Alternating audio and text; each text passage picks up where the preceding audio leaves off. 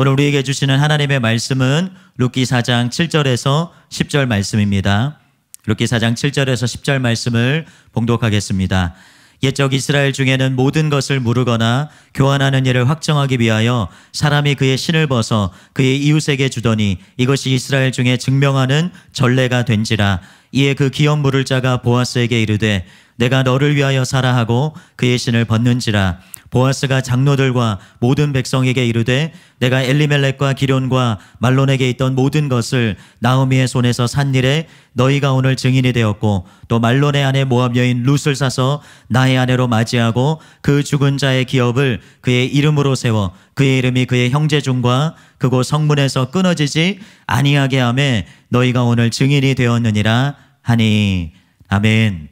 오늘은 순천 사랑하는 교회를 담당하시고 이를 순회성의 강사로 섬기고 계신 박상백 목사님께서 나의 완벽한 기업 물을 자, 이런 제목으로 하나님의 말씀 선포해 주시겠습니다. 목사님 나오실 때 목사님 환영하고 또 하나님을 기대하는 마음으로 뜨거운 박수로 목사님 모시도록 하겠습니다.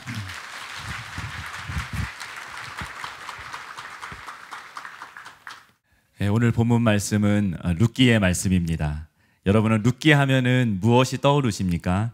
보아스와 룻의 낭만적인 사랑 이야기, 아니면 혹은 시어머니 나오미와 며느리 룻, 현숙한 두 여인의 아름다운 동행 이야기, 어떤 것이 떠오르십니까? 물론 이런 이야기들이 룻기에는 다 나옵니다. 여러분, 하지만 룻기는 그것보다 훨씬 더 깊은 진리를 담고 있는 아주 특별한 하나님의 말씀입니다. 여러분, 우리가 갖고 있는 성경 창세기부터 요한계시록까지 성경 66권 가운데 필요 없는 책은 하나도 없습니다. 모든 성경은 하나님의 감동으로 된 것이고 각각의 책에 담겨있는 특별한 진리, 그 메시지들이 있기 때문이지요. 여러분, 그런데 그 중에서도 오늘 특별히 여러분과 나누고자 하는 이 룻기 역시 정말로 꼭 필요한 그런 하나님의 진리를 담고 있는 귀한 말씀입니다. 여러분, 사실 이 룻이라는 이름의 제목의 책이 성경에 있다는 것은 절대로 평범한 일이 아닙니다. 왜냐하면은 고대 이스라엘 사회에서는 이 여성이 사회적으로 제대로 대우를 받지 못하던 그런 시대였기 때문입니다. 요즘에는 상상할 수 없겠지만 당시에는 그런 시대였습니다. 그래서 그 시대의 여인의 이름이 책의 제목으로 기록되어 있다는 것은 절대로 평범한 일이 아닌 것이에요. 또 물론 룻기 외에도 성경에 보면은 에스더서가 성경의 제목으로 기록이 되어 있습니다. 그런데 에스더는 유대인이었지만 룻은 이방 여인이었어요. 모압 여자였다라고 성경은 말씀하고 있습니다. 그러니까 그런 이방 여인의 이름이 성경책의 제목이 되기 위해서는 분명한 이유가 있어야만 하는 것이에요. 있어도 그만, 아니면 그만이면은 사실은 성경책이 될 수 없는 그런 이야기인 것입니다. 그런데 룻기가 없으면은 성경에서 무언가 중요한 메시지가 빠져버리기 때문에, 꼭 필요하기 때문에 정말로 특별한 이 룻이라는 이름이 이 성경책의 제목이 되기까지 오늘 우리에게 이 하나님의 말씀이 주어지고 있는 것입니다. 비록 4장밖에 되지 않는 짧은 말씀이지만 룻기는 너무나 중요하고 분명한 진리를 우리 가운데 계시해 주고 있습니다. 무엇보다 룻기에는 예수님께서 어떤 분이신지를 우리가 알고 이해하는 데 있어서 아주 귀한 중요한 진리가 담겨 있습니다. 그래서 오늘은 룻기를 통하여서 하나님께서 주시는 은혜를 여러분과 함께 나누기 원합니다. 첫 번째로 함께 따라해 주시면 고맙겠습니다. 하나님의 뜻에서 벗어날 때 임하는 심판이 있습니다. 여러분, 룻기를 이해하기 위해서 먼저 이 이야기가 어느 시대를 배경으로 하고 있느냐를 우리가 조금 이해할 필요가 있습니다. 그래서 그것을 잠깐 설명드리기 원하는데요. 감사하게도 룻기 처음 부분에서 이것을 분명하게 우리에게 가르쳐주고 있습니다. 룻기 1장 1절에 보시면 사사들이 치리하던 때에 그 땅에 흉년이 드니라. 유다 베들레헴의 한 사람이 그의 아내와 두 아들을 데리고 모압 지방에 가서 거류하였는데, 그러니까 룻기는 어느 시대를 배경으로 쓰여진 책인가 하면은 바로 사사시대를 배경으로 하고 있습니다.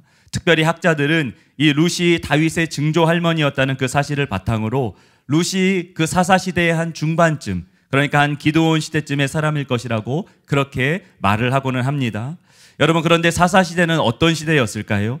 이스라엘 역사상 가장 암울하고 어두웠던 시대 가운데 하나였습니다. 더 이상 어두울 수 없다라고 할 정도로 아주 타락하고 어두웠던 그런 시대였습니다. 여러분, 사사기를 한 번이라도 읽어보신 분들은 아시겠지만 사사기는 흔히 이 뺑뺑이 구조로 이렇게 쓰여졌다고 그렇게 말하고는 합니다. 순환 구조로 쓰여졌다고 하는데요. 하나님이 주신 땅에서 사람들이 평화를 누리면서 살다가 여유가 생기니까 그들이 슬슬 하나님을 떠나고 타락하는 것이에요.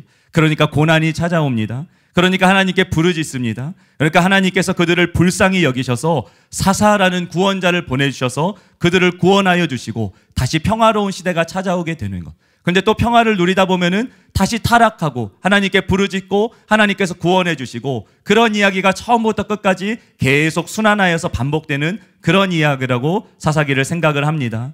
여러분, 물론 이것이 아주 틀린 말은 아닐 수 있겠지만요, 우리가 성경을 자세히 읽어보면은 사사기는 단순히 그런 순환하는 이야기로만 쓰여진 것이 아니라는 것을 우리가 깨닫게 됩니다. 왜냐하면은 12명의 사사 중에서 이 구조의 이야기가 적용되는 것은 절반도 되지 않습니다. 또 사사기에는 사사들의 이야기만 나오는 것이 아닙니다. 한 3분의 1쯤 되는 그 뒷부분에 가면은 성경에서 가장 충격적인 이야기를 할 수 있는 토막 살인 사건, 너무나 끔찍한 그 이야기가 사사기의 끝부분에 나오고 있어요. 그러니까 이 사사기는 단순히 순환 구조의 이야기가 아니라 순환하는 것 같지만 점점 더 그 시간이 흐르면 흐를수록 내리막길로 치닫는 하강순환 구조의 이야기라고 하는 것이 더 맞다는 것이에요. 하나님의 뜻대로 사명을 감당해야 할 사사들마저도 시간이 지나면서 점점 타락하고 흔들리고 무너집니다. 마지막 사사였던 삼손은 어떻습니까? 사사라고는 하지만 나시린 규례도 다 어겨요. 그리고 비참한 죽음을 맞습니다. 그리고 그것이 끝이 아니라 그 뒷부분에 가서 보면은 사사의 역할을 감당해야 할 그 당시의 종교 지도자들까지도, 그 레위 제사장마저도 타락해서 무너지는 그런 어둡고 어두운 시대가 바로 사사 시대였다는 것이에요. 여러분, 그러니까 사사기라는 그 제목 때문에 사람들은 사사기를 읽을 때 어떤 사사들의 위인전처럼, 사사들의 영웅담처럼 사사기를 읽지만, 절대로 사사기는 우리에게 사사들의 그 모습을 우리의 본으로, 우리의 모델로 제시하고 있는 말씀이 아닌 것입니다. 여러분, 성경은 어떤 특별한 몇몇 사람들의 위인전이 아닙니다. 그것이 아니라 구원에 이르는 지혜를 주는 책이고, 그 구원의 길 되시는 예수님을 증거하는 말씀이라는 것을 여러분 기억하시기를 바랍니다. 아이들을 위한 위인전에는 보통 어떤 인물들의 장점만을 기록합니다. 그러나 성경은 그렇지가 않아요. 사사기도 마찬가지입니다. 어떻게 하나님께 쓰임을 받았다든지 그들의 장점을 인정하고 또 물론 그 가운데 온전한 면들을 인정하면서도 동시에 그들의 부족함들을 성경은 다 기록해 두고 있습니다. 상상 속의 어떤 영웅 이야기가 아니라 하나님의 은혜에서 멀어지게 되면은 하나님께 쓰임받았던 사람이라 할지라도 누구라도 무너지고 타락할 수 있다는 것을 정직하게 보여주는 것이 바로 하나님의 말씀인 것이에요. 사람은 모두 다 회개하고 예수님을 믿고 믿음으로 구원받아야 할 죄인임을 하나님의 말씀은 분명하게 보여주고 있는 것입니다. 여러분, 이처럼 사사시대는 굉장히 타락하고 어두웠던 시대였습니다. 그리고 그 이유에 대해서 사사기는 마지막에 가서 아주 한 줄로 결론을 이렇게 내리고 있습니다. 사사기 21장 25절에 그때 이스라엘의 왕이 없으므로 사람이 각기 자기의 소견에 오른 대로 행하였더라. 그리고 룻이 살았던 시대는 바로 이러한 시대였습니다. 그리고 이어지는 이 룻기의 말씀이 사사기 바로 다음에 룻기가 나오고 있지요. 그리고 사사기 다음에 이어지는 룻기 1장 1절의 말씀에서 이렇게 룻기가 시작하고 있는 것이에요. 사사들이 치리하던 때에 그 땅에 흉년이 드니라. 여러분, 세상의 어떤 어려움이나 고난이나 어떤 기근, 이런 문제들에 대해서 단순히 자연현상이나 아니면 어떤 사고나 그런 일들로 일어나게 되는 경우들이 분명히 있습니다. 그런데 이 룻기의 말씀에서 말씀하는 흉년은 그런 의미가 아닌 것이에요. 사사들이 치리하던 때와 연달아서 사사시대와 연관되어서 그 땅에 흉년이 들었다, 이렇게 말씀하고 있기 때문입니다. 그냥 일반적인 자연현상이 아니라 그 암울했던 영적 상황과 연결이 되어서 하나님의 심판으로, 재앙으로 이런 흉년이 들게 되었다는 것입니다. 여러분, 우리가 성경을 보면은 하나님께서 하나님 말씀에 순종할 때 하나님께서 축복하실 것을 말씀하세요. 또 하나님 말씀에 불순종할 때 저주와 심판과 재앙이 임할 것을 하나님이 말씀하십니다. 근데 특별히 이스라엘에게 있어서 비가 너무나 생존에 있어서 중요한 것이었기 때문에 하나님께서 비를 통하여서 하나님의 축복과 또 심판을 이렇게 내리시는 것들을 우리가 성경에서 보게 됩니다. 그러니까 룻기에 나오는 이 흉년은 그 시대의 죄악상에 대한 하나님의 징계로서 그렇게 나오고 있는 것입니다. 여러분, 물론 앞서 말씀드렸듯 모든 고난이나 혹은 모든 질병이나 모든 재난들이 항상 어떤 심판의 결과로 임한다고 우리가 무조건 단정할 수는 없습니다. 전도서에 보면은 모든 사람에게 임하는 그 모든 것이 일반이라라는 말씀도 있는 것처럼 꼭 그 어떤 사람의 문제 때문만이 아니라 세상이 타락하고 피조물들이 탄식하며 이 땅이 그렇게 망가져 있기 때문에 그래서 일어나는 안타까운 사건과 사고들이 우리 주변에 있는 것이에요. 세상의 악한 사람들로 인하여서 벌어지게 되는 그런 안타까운 일들이 세상에는 분명히 존재하는 것입니다. 여러분, 하지만 세상에 그런 일들이 일어나는 것은 하나님이 계시지 않아서가 아니지요. 하나님은 분명히 살아계십니다. 하나님은 또 모든 사람의 악행에 대해서 반드시 심판하시고 벌하시는 하나님이세요. 그런데 하나님은 또한 사랑이시기에 그러한 사람들까지도 기회만 된다면은, 정말 회개하고 그들이 돌이킬 수만 있다면은 그들에게 그들을 구원하기 원하시는 그런 자비와 긍휼이 풍성한 하나님이신 것입니다. 주께서는 너희를 대하여 오래 참으사 아무도 멸망하지 아니하고 다 회개하게 이르기를 원하신다는 말씀처럼 하나님께서 주시는 그 시간은 회개할 수 있는 시간이고 기회이고 자비의 시간인 것입니다. 여러분, 하지만 하나님께서 오래 참아주신다고 해서 절대로 그 죄를 묵인해 주시는 것은 아니라는 것을 우리는 잊지 말아야 합니다.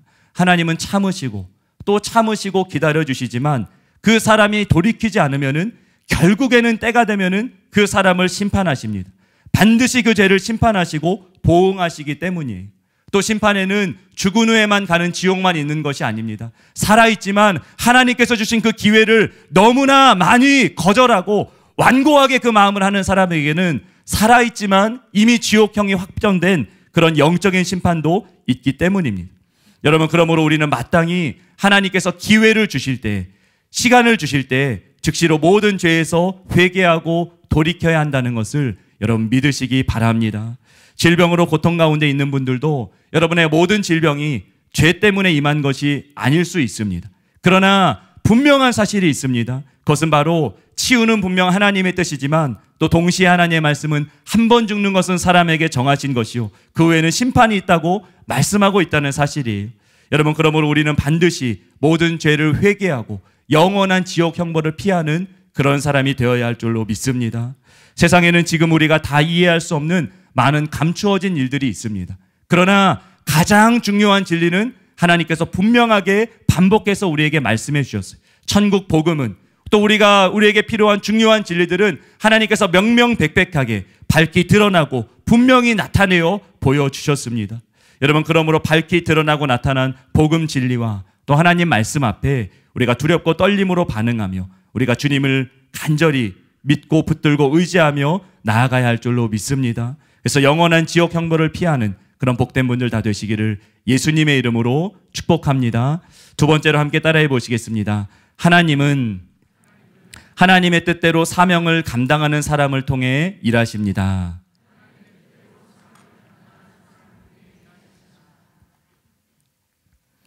여러분, 룻이 살았던 시대는 사람들이 자기 소견에 옳은 대로 행하며 살았던 그런 시대였습니다. 근데 그러한 삶을 사니까 하나님의 재앙이 임했습니다.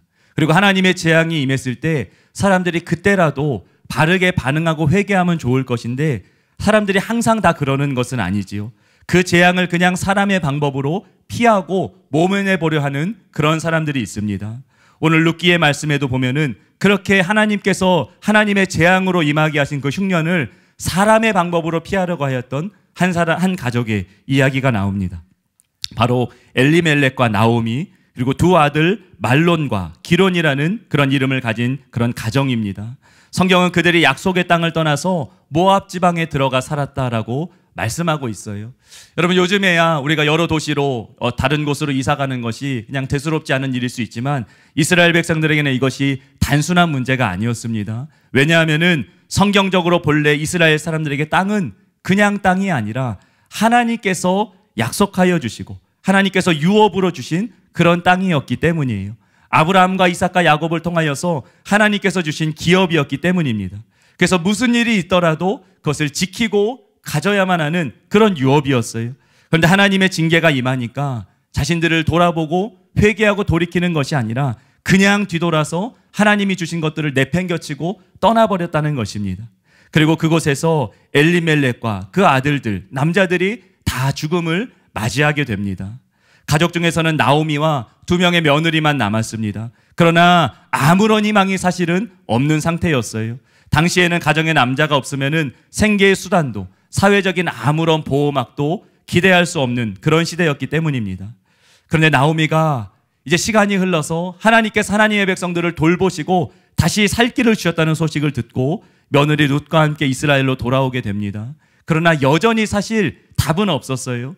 왜냐하면은 누군가 죽은 남편의 이름으로 역할을 대신해주고 누군가 자신의 죽은 2 아들을 대신해서 그 아들의 이름으로 며느리와 결혼을 해서 그 대를 이을 수 있어야만 살 수 있는 그런 소망이 있었기 때문이에요.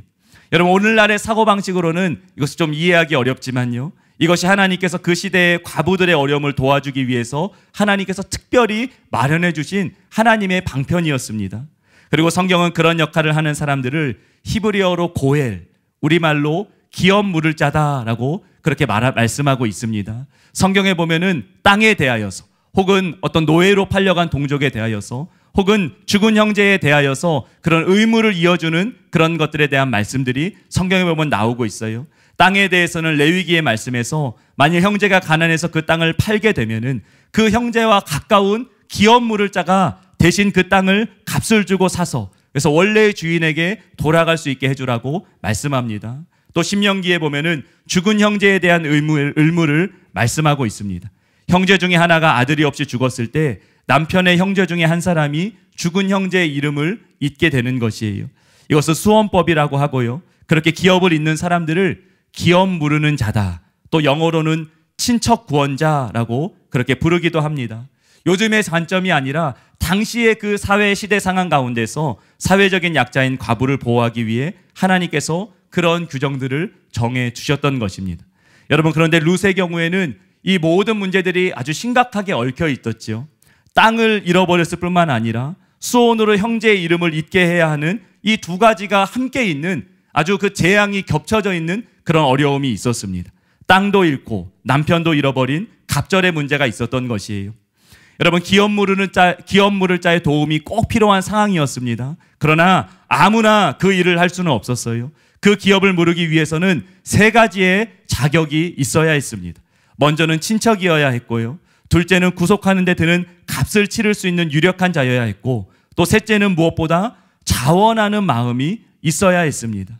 친척이고 값을 치를 수 있는 능력이 있다 하더라도 그 일을 하고자 하는 마음이 없으면은 사실 이루어질 수 없는 그러한 일이었다는 것이, 여러분 룻기를 한 번이라도 읽어보신 분들은 아시겠지만, 그래서 어떤 사람이 이 땅에 대해서 그것을 값을 주고 사지만 이제 룻을 책임져서 형제의 이름을 잇는 문제에 대해서는 그것을 이렇게 거절합니다. 룻기 4장 6절에 그 기업 물을 자가 이르되 나는 내 기업에 손해가 있을까 하여 나를 위하여 물으지 못하노니 내가 물을 것을 내가 물으라 나는 물으지 못하겠노라 하는지라. 여러분, 우리가 성경을 읽으면서 이 사람을 그냥 나쁜 사람이다 마냥 손가락질만 할 수 없는 것은 이 사람은 굉장히 아주 경제적이고 합리적인 결정을 한 것이기 때문이에요. 땅을 사지만 명의가 자기의 명의가 아닙니다. 여러분, 그러면은 여러분 돈을 주고서 땅을 사실 분이 여러분 가운데 계시겠습니까? 그러니까 기업 물을 자가 된다라는 것은 정말 사랑의 마음이 없으면은 할 수 없는 일인 것이, 나의 땅이 아니라 나의 그 친족들, 하나님의 백성들이 그 땅을 빼앗기지 않기 위하여서 내 값을 주고 그 땅을 사서 다시 그 사람에게 돌아가게 하는 그 일을 하는 것이 바로 기업 물을 자가 하는 일이었어요. 자녀에 대해서는 이것이 더 심각합니다. 아이를 낳아서 대를 잇게 합니다. 근데 그 아이는 자기의 자녀가 아닌 것이, 이미 전에 죽은 그 남편의 이름의 그 자녀인 것이, 아이를 키우는 데 드는 모든 물질적인 재정적인 후원을 다 해줘야 합니다. 여러분, 자녀를 키우는데 굉장히 많은 돈이 들지 않습니까? 저희 가정에도 아이들이 많기 때문에 등골이 휠 정도로 정말로 부담감을 느낄 때가 많지만, 그렇게 힘들여서 자녀를 양육한다 할지라도 자기 자녀가 아니에요. 모든 유산, 그 모든 것들 다 죽은 남편의 그 이름으로 그 자녀에게 가게 되니까, 여러분 사실 경제적인 관념으로 재정적으로 조금만 지혜가 있는 사람이 생각하면은 절대로 하지 않을 일이 바로 기업 물을 자가 되는 바로 그 일이었다는 것입니다. 여러분, 정말 상식적인 경제관념을 가진 사람이라면은 절대로 하지 않을 일이 바로 기업 물을 자가 되는 일이었다는 것이, 특별히 룻의 기업 물을 자가 되는 것은 더욱 그러한 일이었습니다. 땅에 대해서도 죽은 남편에 대해서도 모든 문제가 아주 심각하게 겹쳐 있는 그런 상황이었기 때문입니다. 그래서 이 첫 번째 사람은 그것을 거절했습니다. 그런데 우리가 생각할 때 정말 알고 보면은 정말 이해할 수 없는 상식을 초월하는 그 일을 했던 사람이 바로 오늘 본문에 나오는 보아스라는 사람이라는 것이지요. 당시 시대에 모두가 자신의 이득만 따지면서 같은 지파들끼리도 같은 동족들끼리도 서로 싸우고 그렇게 죽이고 하던 그런 그 사사시대 가운데에서 하나님이 주신 그 신성한 의무마저도 헌신짝처럼 버리던 그런 시대에 이 보아스라는 하나님의 사람은 하나님이 기뻐하시는 그 일을 하기 위해서 자신의 재정을 지불해서 자신이 손해를 보더라도 그 일을 신실하게 감당했다는 것이에요. 정말로 세상에서는 찾아보기 힘든 그 기업물을 자의 책임을 다함으로써 하나님의 뜻과 상관없이 살아가던 그 이스라엘 백성들 가운데 하나님이 기뻐하신 일을 행했던 그러한 사람이었다는 것입니다. 여러분, 그리고 하나님은 지금도 보아스처럼 이 세상의 모든 풍조를 거슬러서 하나님의 뜻대로 순종하는 사람을 찾고 계시다는 것을 여러분 믿으시기 바랍니다. 사랑하는 교회는 그렇게 하나님의 뜻대로 사랑하고 하나님이 기뻐하신 일을 하기 위하여서 손해를 보더라도 내가 대가를 지불하더라도 그 사명을 감당하는 귀한 성도님들이 많이 계십니다. 가족의 영혼을 구원하기 위한 기도와 섬김으로, 또 혈육의 가족뿐 아니라 영적인 가족인 성도들을 향한 사랑의 섬김으로, 또 사사모와 두중인 전도단에서 섬기는 수많은 우리 사역자분들을 생각해 보십시오. 누가 돈을 주는 거 아닙니다. 누가 잘한다고 칭찬해 주는 거 아닙니다. 오직 하나님이 기뻐하시는 그 일을 하기 위하여서, 영혼들을 섬기는 그 일을 하기 위하여서 그 수고와 헌신을 감당하는 것이에요. 또 셀에서 또 다음 세대를 위한 헌신적인 섬김으로 이 땅에 그렇게 하나님이 기뻐하시는 그 일을 하기 위하여서 대가를 지불하며 수고하며 주님의 사명을 감당하는 귀한 분들이 계시다는 것이에요. 여러분, 말씀을 준비하면서 저희 순천지교회에도 생각나는 그런 분들이 있었습니다.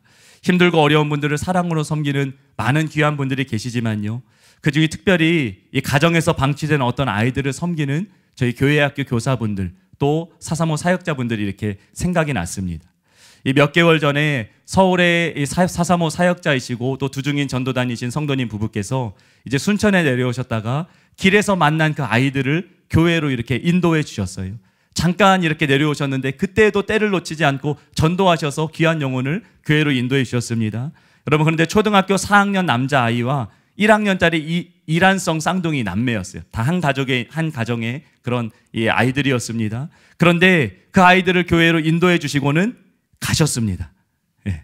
인도해 주시고 맡겨주시고 가셨는데, 여러분, 그런데 이 아이들이 어떤 아이들이었는가 하면은 굉장히 좀 돌봄을 받지 못한 그런 가정에서 자라는 아이들이었어요. 그래서 많은 문제와 또 어려움들을 갖고 있는 아이들이었습니다.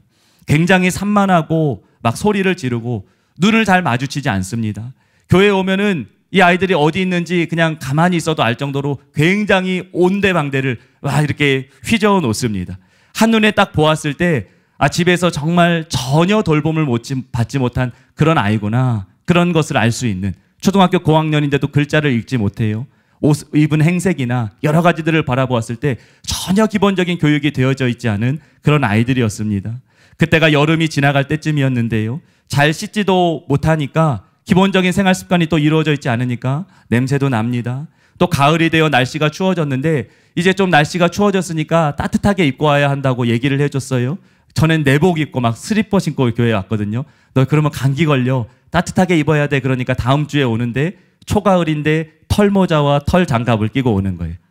나중에 알고 보니까 이 아이들의 옷을 부모님이 챙겨주지 않아요. 자기가 옷장을 열어서 자기가 그냥 손에 잡히는 것을 입고 오는 것이에요. 집에서 먹을 것도 잘 챙겨 먹지 못하는 것 같습니다. 교회에 오면은 눈에 보이는 건 뭐든지 다 입에 집어넣는 것이, 요즘 세상에도 정말로 이런 아이들이 있구나라는 생각이 들 만한 그런 아이들이었습니다. 그래서 전도해 주신 성도님들께 감사하면서도 한편으로는 이 아이들이 올 때마다 좀 마음에 부담감이 있었습니다. 교회에 제가 혼자 아침에 일찍 있을 때 이 아이들이 문을 두드리면서 와서 아저씨 문 열어주세요 합니다. 문을 열어주는 순간 그때부터는 저는 다른 아무 일도 하지 못합니다. 그 아이들이 있는 동안 사고치지 않게 계속 그 아이들을 이렇게 지켜봐야 돼요. 또 어떤 성도님께서 긍휼히 여기는 마음으로 컵라면을 사주셨습니다. 근데 사주고 가셨습니다. 이 아이들이 먹는데 그냥 안 먹죠. 막 쏟고 막 난리를 치우면은 이제 그거를 치우고 하는 거예요. 그러니까 기쁘면서도 부담이 되는 그런 마음들이 좀 있었습니다. 여러분, 그런데 나중에 조금 시간이 흘러서 이 교사 선생님을 통하여서 이 아이들의 그 사정을 알고 나니까 정말로 안타까운 사정이 있는 그런 아이들이었던 것이에요. 아이들의 아버지는 몇 해 전에 심장마비로 갑자기 세상을 떠나셨습니다.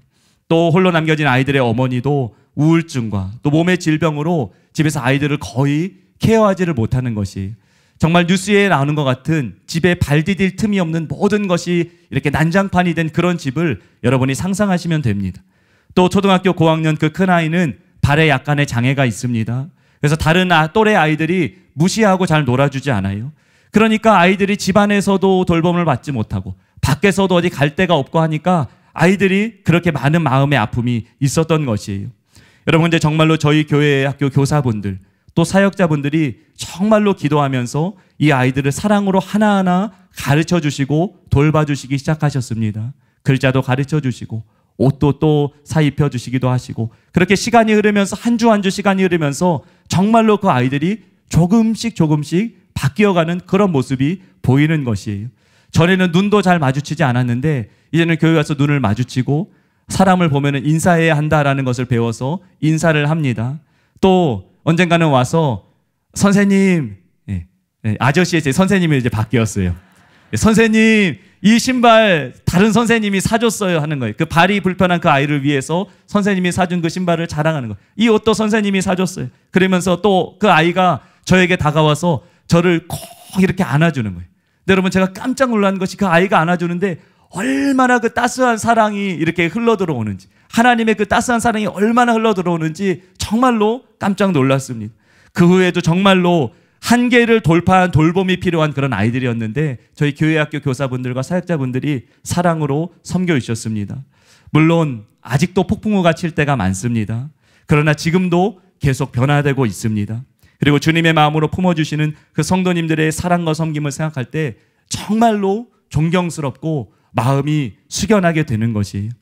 여러분, 그리고 이제는 그 아이들이 그 이복 누나가 있는데 중학생 그 누나를 전도해서 같이 교회에 데리고 나왔어요.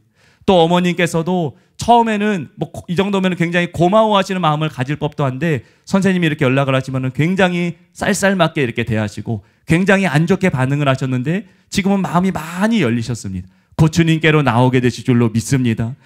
여러분, 사랑의 섬김을 통하여서 한 가정이 구원받는 역사를 주님께서 행하고 계신 것이, 여러분, 무엇보다 이 아이들의 미래를 생각해 보았을 때 저에게 주신 그런 마음이 있었습니다.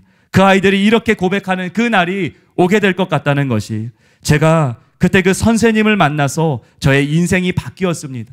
아무도 나를 사랑해주는 사람이 없었고 아무도 나를 돌봐주는 그 사람이 없었지만 그 선생님 때문에 또 그 예수님 때문에 막 나갈 수 있었던 제 인생이 변화되게 되었습니다. 그 아이들이 그렇게 고백하는 그런 날이 오게 될 줄로 믿습니다. 여러분, 사랑하는 교회는 곳곳에서 이런 귀한 사랑의 섬김과 수고를 하시는 분들이 참으로 많이 계십니다. 그 손길을 통하여서 아무도 하려 하지 않으려는 그 일, 아무도 세상 논리로, 경제적인 논리로 나의 이득만, 내 것만 따지는 이 시대 가운데서 하나님이 기뻐하신 일이기 때문에 순종하여 행하는 그 사랑의 손길을 통하여서 수많은 영혼들이 살아나고 회복되게 되는 역사가 일어나게 될 줄로 믿습니다. 그렇게 주님의 생명을 흘려보내는 일에 귀하게 쓰임 받으시는 그런 저와 여러분 되시기를 예수님의 이름으로 축복합니다. 세 번째로 함께 따라해 보겠습니다. 우리의 완벽한 기업 물을 자가 계십니다. 여러분, 룻은 그의 기업 물을 자 보아스를 만남으로 절망에서 소망으로 또 죽음에서 생명으로 인생 역전을 경험하게 되었습니다. 여러분, 그런데 룻기에서 이 기업 물을 자로 번역된 이 고엘이라는 단어는 명사인데요, 동사로는 가알이라고 합니다. 그리고 성경 곳곳에 이 단어가 나오고 있어요. 그 중에 몇 곳만 함께 보시자면요, 신명기 15장 15절에 이렇게 말씀하고 있습니다. 너는 애굽 땅에서 종되었던 것과 내 하나님 여호와께서 너를 속량하셨음을 기억하라. 시편 111편 9절에 보시면 여호와께서 그의 백성을 속량하시며 그의 언약을 영원히 세우셨으니 그의 이름이 거룩하고 지존하시도다. 또 이사야서 52장 3절에 여호와께서 이와 같이 말씀하시되 너희가 값없이 팔렸으니 돈 없이 속량되리라. 여러분, 그러니까 기업물을 자의 또 다른 이름은 바로 속량입니다. 값을 주고 다시 그것을 되찾아왔다라는 말인 것이.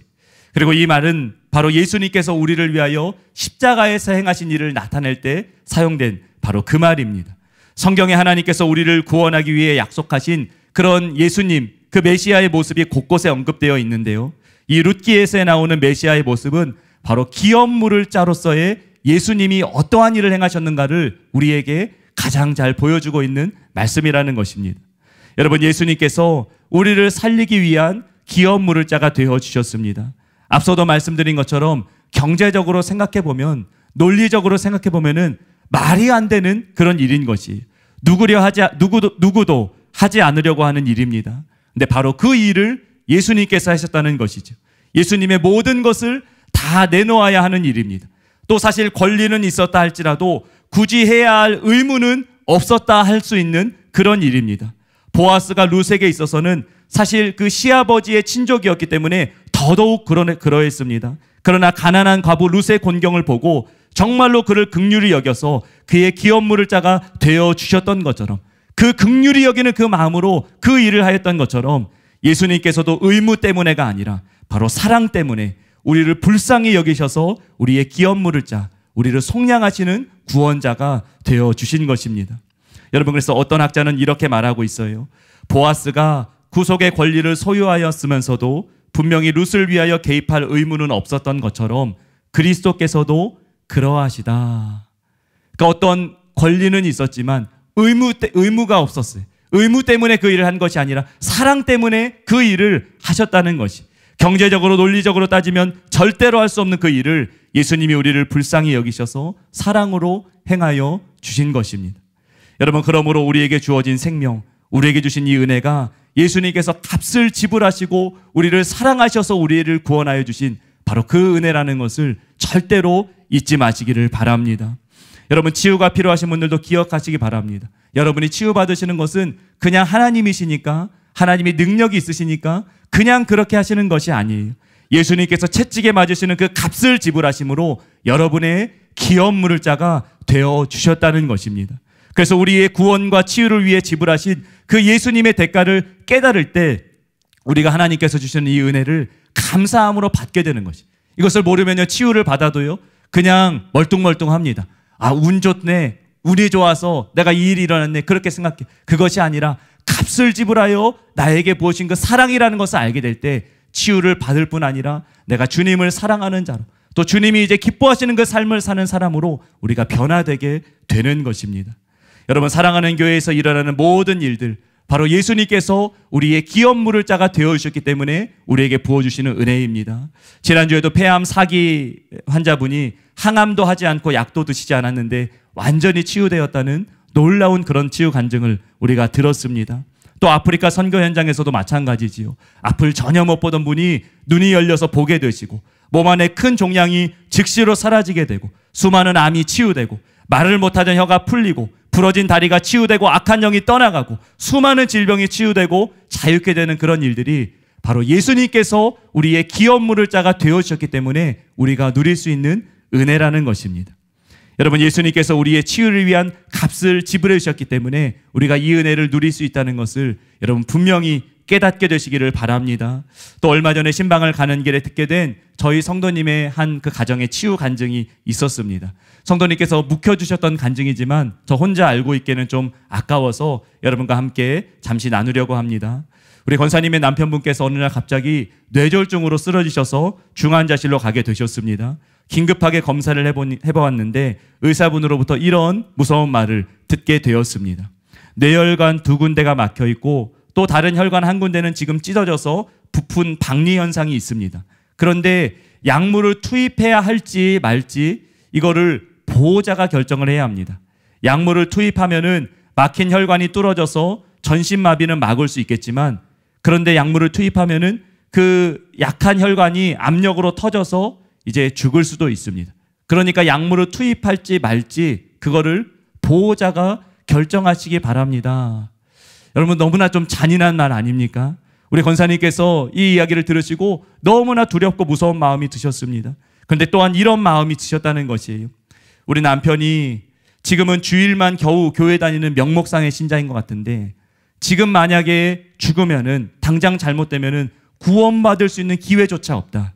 그런데 혹 만일 잘못되어 전신마비가 되더라도 만일 살아만 있다면은 치유도 또 복음도 전할 기회가 있지 않을까, 그런 마음이 드셨다는 것이에요. 그래서 의사 선생님께 정말 어려운 결정이지만 약물을 투입하지 않겠다고 말씀을 드리셨다고 합니다. 그리고 남편분은 더 심각한 상황이 되셔서 중환자실로 더 이렇게 들어가게 되셨어요. 병원에서 계속 들려오는 소식은 아주 심각한 소식들이었습니다. 우리 권사님께서 타들어가는 마음으로 하나님께 기도하실 수밖에 없으셨어요. 잠시라도 가만히 있으면은 염려와 두려움이 짓눌러서 숨도 쉬기 힘들어서 그래서 하나님께 부르짖을 수밖에 없었습니다. 435에 선포된 말씀과 또 치유 선포를 계속 들으면서 믿음을 붙들고 간절히 주님께 붙어 있었다고 하셨습니다. 또 지교회 성도님들께서도 함께 금식하면서 한 마음으로 중보하셨습니다. 여러분, 그런데 병원에서 전화가 올 때마다 상황은 더 좋아지지 않다는 말을 듣게 되는 것이, 또 그때는 코로나 시기였기 때문에 전혀 가족도 면회를 할 수 없는 상황에서 할 수 있는 것이 무엇인가, 그런 고민이 되셨다는 것이에요. 그러다가 남편분의 귀에 어떻게 해서든지 치유 선포를 듣고 복음을 들을 수 있게 그 이어폰을 꽂아드려야 되겠다라는 그런 하나님의 지혜를 주신 것이에요. 그래서 휴대폰에 말씀과 치유 선포 음성을 저장해서 간호사분께 간곡히 부탁했습니다. 그리고 간호사분이 감사하게도 그렇게 해주셨어요. 그리고 이 부분은 이제 남편분이 나중에 시간이 지난 후에 말씀해 주셔서 알게 된 부분인데요. 귀에서 들려오는 그 말씀을 비몽사몽간에 듣는 가운데 잠결인지 환상인지 모르지만 아주 이런 신비한 체험을 하게 되셨다는 것이, 그 부분은 제가 그대로 한번 읽어드려 보겠습니다. 아주 캄캄한 어둠 속에 서 있는데 아래를 내려다보아도 끝이 보이지 않는 깊은 어둠이 있었고 두려움이 온몸에 퍼져왔습니다. 그런데 저 멀리 문이 보이고 문 안에서 희미하게 빛이 새어나오는데 내가 저 문만 열고 들어가면 살겠다는 생각이 들었습니다. 그런데 그 문을 향해 가려고 하는데 아무리 애를 써도 한 발자국도 움직일 수 없었습니다. 그래서 생각이 들기를, 나는 교회는 다녔지만 나는 구원받지는 못했구나. 탄식이 터져나오게 되었습니다. 그리고 깊이 회개하며 이제는 주님을 정말 잘 믿으리라고 간절히 기도하며 하나님 앞에 엎드리게 되었습니다. 여러분, 근데 정말로 놀랍게도 우리 남자 성도님께서 이렇게 우리 집사님께서 고백하고 간절히 주님을 붙들기 시작한 그 후로부터 우리 집사님께서 급속도로 빠르게 회복이 되기 시작하셨다는 것이, 그리고 10일이 지난 후에는 중환자실에서 나오게 되셨습니다. 그리고 더 놀라운 것은 10일이 지난 후에는 직장에 출근하셔서 정상적으로 일을 하실 수 있게 되셨어요. 너무 놀라운 기적이 일어난 것입니다. 의사분에게 나중에 퇴원할 때 우리 이 부부께서 이제 감사하다고 말씀을 드리니까 의사분이 도리어 이렇게 말씀하셨다 그래요. 저는 신앙이 없지만 제가 한 것이 아니라 이것은 기적입니다. 그러니까 당신들이 믿는 하나님께 감사하십시오. 그러면서 도리어 감사하다는 그런 말씀을 하셨다고 합니다. 할렐루야, 놀라운 기적을 행하신 주님을 찬양합니다. 여러분, 그 후에 태어나신 우리 남편 집사님께서는 정말로 변화되게 되셨습니다. 본래는 굉장히 자존심이 강하셔서 병상에 누워있을 때 의식이 돌아왔는데 마음대로 손가락 하나 까딱하지 못하는 자신을 보면서 그동안 내가 지혜롭고 똑똑하여 직장도 다니고 내가 맘만 먹으면 무엇이든 다 할 수 있다라고 생각했었는데 그 생각이 얼마나 교만한 생각이었는가, 그것을 철저히 깨닫게 되었어요. 그리고 모든 것이 하나님의 은혜임을 깊이 절감하게 되셨다고 하셨습니다. 그리고 태어나신 후에는 삶이 바뀌셨어요. 매일의 삶에 감사하게 되셨습니다. 주일에도 지금도 항상 교회에 제일 일찍 나오시는 분 중에 한 분이십니다. 그래서 말씀과 기도로 주님 앞에 나아가시고, 셀에서도 다른 남자 성도님들께 교회만 왔다 갔다 하시는 어떤 그런 분들께도 이런 본인의 간증을 통하여서 정말 신앙생활 제대로 해야 된다고, 정말 지옥이 있다고, 정말 예수님을 제대로 믿어야 한다고 많은 그런 은혜의 통로가 되고 계십니다. 여러분, 예수님께서는 우리를 위한 치유의 값을 지불해 주셨습니다. 우리의 기업물을 짜가 되어 주셨습니다. 그래서 우리가 바로 이 은혜를 누리고 살 수 있다라는 것이, 여러분, 오늘 이 자리에 오신 모든 환자분들도 예수님을 여러분의 구원자와 치료자와 주님으로 온전히 믿고 붙들게 되시기를 바랍니다. 모든 것을 다 내어주신 주님의 그 사랑의 은혜에 예수님께서 바로 나의 기업물을 짜가 되어주셨다라는 것을 깨달으시고 그 하나님의 은혜를 온전히 믿고 붙드시는 그런 여러분들 되시기를 바랍니다. 그래서 다 치유받고 주님의 생명으로 사는 복된 분들 되시기를 예수님의 이름으로 축복합니다. 또한 치유뿐만 아니라 인생의 어떤 문제이든지 우리는 우리의 완전한 기업물을 짜 되시는 주님께 아뢰며 믿음으로 나아가야 합니다. 여러분, 우리가 성경을 보면은 우리를 속량하신 이 가을이라는 같은 단어가 나오는 또 다른 너무나 보배로운 말씀이 있습니다. 이사야서의 말씀인데요. 이사야서 43장 1절 말씀, 우리 말씀은 같이 한번 한 목소리로 읽어보겠습니다. 여러분을 향한 주님의 음성으로 붙들고 이 시간 붙들게 되시기를 바랍니다. 함께 읽겠습니다. 야곱아, 너를 창조하신 여호와께서 지금 말씀하시느니라. 이스라엘아, 너를 지으신 이가 말씀하시느니라. 너는 두려워하지 말라. 내가 너를 구속하였고 내가 너를 지명하여 불렀나니 너는 내 것이라. 아멘. 예수님께서 여러분을 핏값을 주고 사셨습니다. 예수님께서 여러분의 기업물을 짜가 되어 주셨습니다. 그래서 너는 내 것이라. 너는 세상이 뭐라고 말하던지 간에 세상에 가치 없고 무가치하고 그런 인생이 아니라 너는 내 핏값으로, 내 생명의 값으로 산 나의 것이기 때문에 너는 내 것이라. 너는 내 것이라. 내가 바로 너의 기업물을 짜가 되었다. 주님은 그렇게 말씀하고 계시는 것입니다. 여러분, 올해 435 처음 시작할 때 어떤 한 성도님께서 이런 간증을 하시는 것을 굉장히 제 마음에 깊은 감동이 되었던 분이 계셨습니다. 아마 많은 분들은 기억하지 못하시겠지만 우리 성도님께서 제가 지교회 순회성회 때 정말 얼마나 절망적인 상황에 계셨는지 그 이야기들 이제 담당 목사님께 이렇게 들은 이야기가 있어서 그분의 간증이 특별한 은혜로 다가왔습니다. 이 성도님께서는 사업의 문제로 큰 사기를 당하셨습니다. 극심한 우울증과 공황장애, 심각한 자살 충동으로 고통받고 계셨어요. 그런데 그렇게 오랜 시간 동안, 수년 동안 큰 고난과 어려움을 겪고 계셨는데 올해 435 처음 시작할 때 그분이 나오신 것이, 그리고 이 자리에서 간증하시기를 여러 가지 뼈가 부러지는 질병과 어려움들이 있었는데 그 문제에서 자유케 되었어요. 그리고 치유를 받으셨을 뿐 아니라 우울증과 공황장애와 자살 충동과 그 모든 것에서도 자유케 되셨습니다. 또 사업적인 부분도 주님께서 해결해 주셔서 지금은 열심히 전도도 하고 하나님의 사명을 감당하고 이렇게 동참하고 일어나게 되셨다는 그러한 간증이었습니다. 여러분, 이런 이전의 심각한 상황을 알았기 때문에 그 간증을 들으면서 정말로 저의 심령 가운데서는 이 일은 하나님밖에 하실 수 없는 일이다. 주님께서 이 놀라운 일을 행하셨구나라는 감사와 찬양이 올라오게 되었습니다.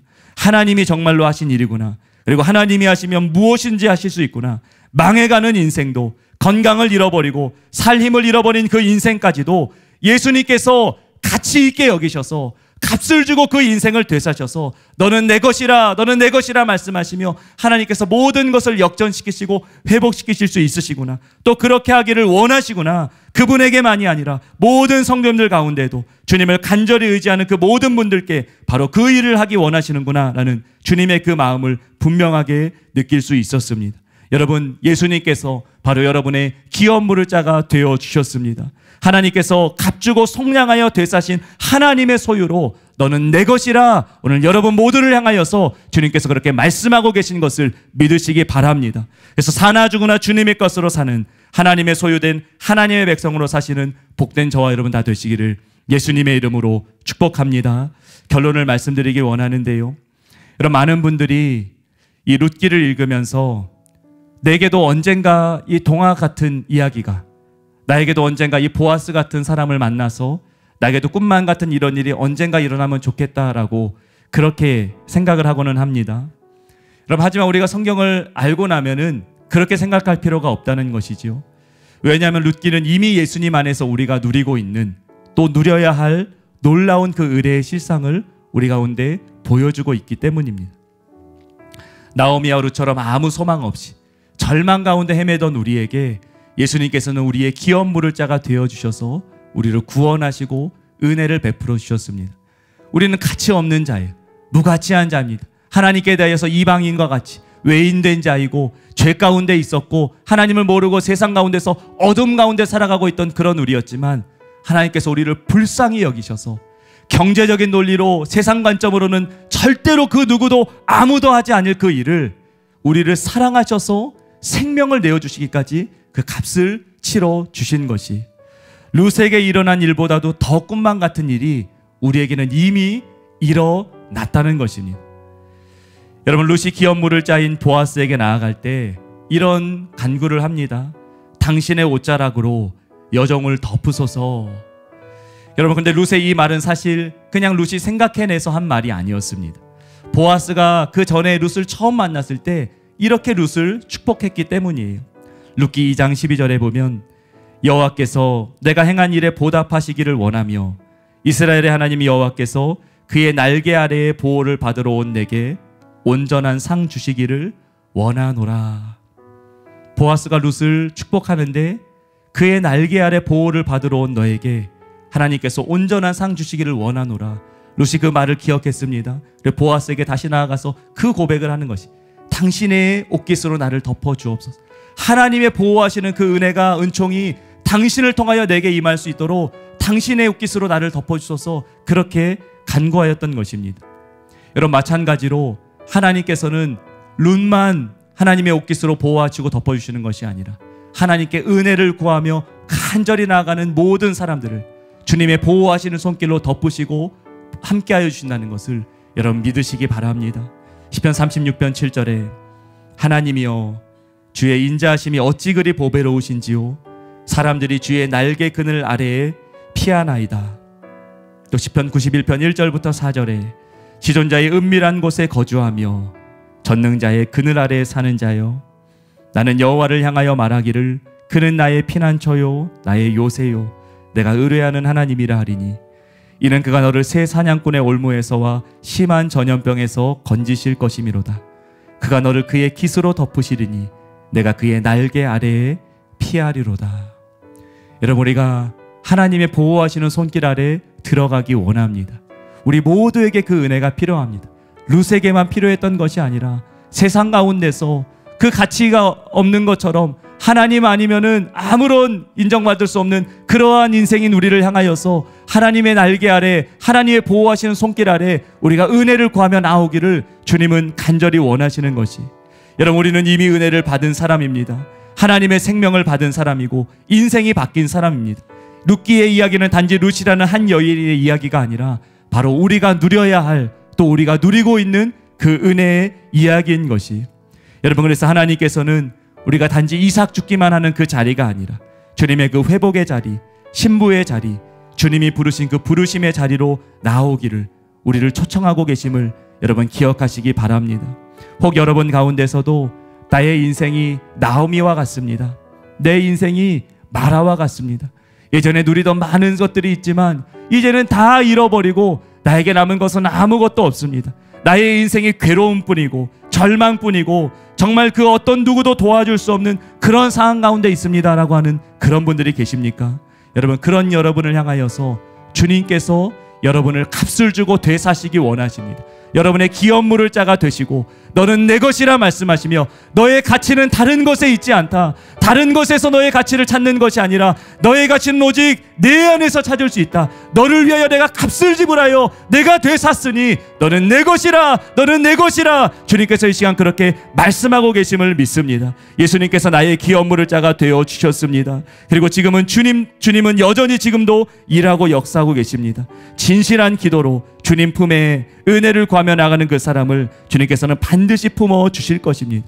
일으켜 주실 것입니다. 기적을 베푸시고 하나님의 은총 가운데로, 영광 가운데로 들어가게 하여 주실 것입니다. 그래서 이 시간 우리가 함께 기도하기를 원합니다. 하나님, 아무것도 아닌 저의 인생 가운데 주님 함께하여 주심을 감사드립니다. 아무도 거들떠보지 않고 아무런 가치도 없는 것 같았던 나의 인생 가운데서 주님 나를 사랑하셔서 나를 불쌍히 여기셔서 주님 값을 지불하여 나를 사신 하나님의 그 은혜에 감사드립니다. 주님, 나를 위해 기업물을 짜가 되으신 그 하나님의 은혜를 깊이 깨닫게 하여 주시옵소서. 그리고 누군가의 기업물을 짜로 살아갔던 보아스처럼 주님, 우리도 그렇게 하나님의 뜻대로 순종하며 살아감으로 이 땅에 하나님의 생명을 풀어놓는 자로 살아가는 그런 사람 되게 하여 주시옵소서. 이 시간 우리가 들은 말씀 기억하면서 함께 한 목소리로 기도하며 나가겠습니다. 하나님 아버지, 하나님 아버지, 우리의 눈을 열어 주시옵소서. 주님, 우리의 눈을 열어 주시옵소서. 하나님, 하나님, 우리의 눈을 열어 주시옵소서. 주님, 우리는 몰랐습니다. 우리가 어떤 은혜를 받은 자였는지, 내가 어떤 은혜를 받은 자였는지, 그저 언젠가 내 인생에도 보아스와 같은 사람이 나타나겠지. 나의 인생에도 언젠가는 해뜰 날이 있겠지. 하나님, 우리가 그렇게 막연히 생각하기만 했던 그런 우리의 인생을 향하여서 주님은 우리에게 말씀하십니다. 내가 이미 너를 위하여 귀여운 물을 짜가 되었다. 내가 이미 너를 위하여 너의 귀여운 물을 짜가 되어서 나의 피값으로 너를 샀다. 나의 피값으로, 나의 생명값으로 너를 샀다. 너는 내 것이라. 주님 안에서 우리가 어떠한 자인지를 분명히 깨닫게 하여 주시옵소서. 우리의 눈이 가려져 있지는 않았습니까? 우리가 우리의 가치를 세상의 기준들로, 세상의 잣대들로 판단하지 않았습니까? 나의 실패로 인하여서, 나의 실수로 인하여서 하나님, 내 인생은 망했습니다. 내 인생은 소망이 없습니다. 그 어떤 사람도 도와줄 수 없고 그 누구도 도와주려 하지 않고 내 인생에 아무런 소망이 없습니다. 주님은 그런 분들을 향하여 말씀하십니다. 내가 바로 너를 위하여 값을 주고 샀노라. 내가 바로 너를 위하여 너의 귀여운 물을 짜가 되었노라. 아무도 룻을 거들떠보지 않았지만, 아무도 룻의 귀여운 물을 짜가 되어주려 하지 않았지만, 그 하나님의 마음을 품었던 그 보아스가 그 하나님의 사랑으로 룻의 귀여운 물을 짜가 되어준 것처럼 내가 바로 너의 귀여운 물을 짜가 되어주었다. 너는 내 것이다. 나의 소유된 내 것이다 말씀하시는 주님의 그 음성을 듣게 하여 주시옵소서. 주님, 우리가 무엇이간데, 주님, 내가 무엇이간데 이렇게 기회를 주시고 은혜를 주십니까? 주님, 우리의 인생이 무엇이간데 불쌍히 여기시고 불쌍히 여기셔서 주님의 마음을 아프게 해드렸어도 여전히 기회를 주시며 내게로 돌아와라 말씀하시며 내가 너의 귀여운 물을 짜가 되었다. 내가 너를 구속하였다. 내가 너를 속량하였다 말씀하시며 너는 내 것이라. 주님, 우리가 무엇이간데 그렇게 말씀하십니다. 주님, 우리는 몰랐습니다.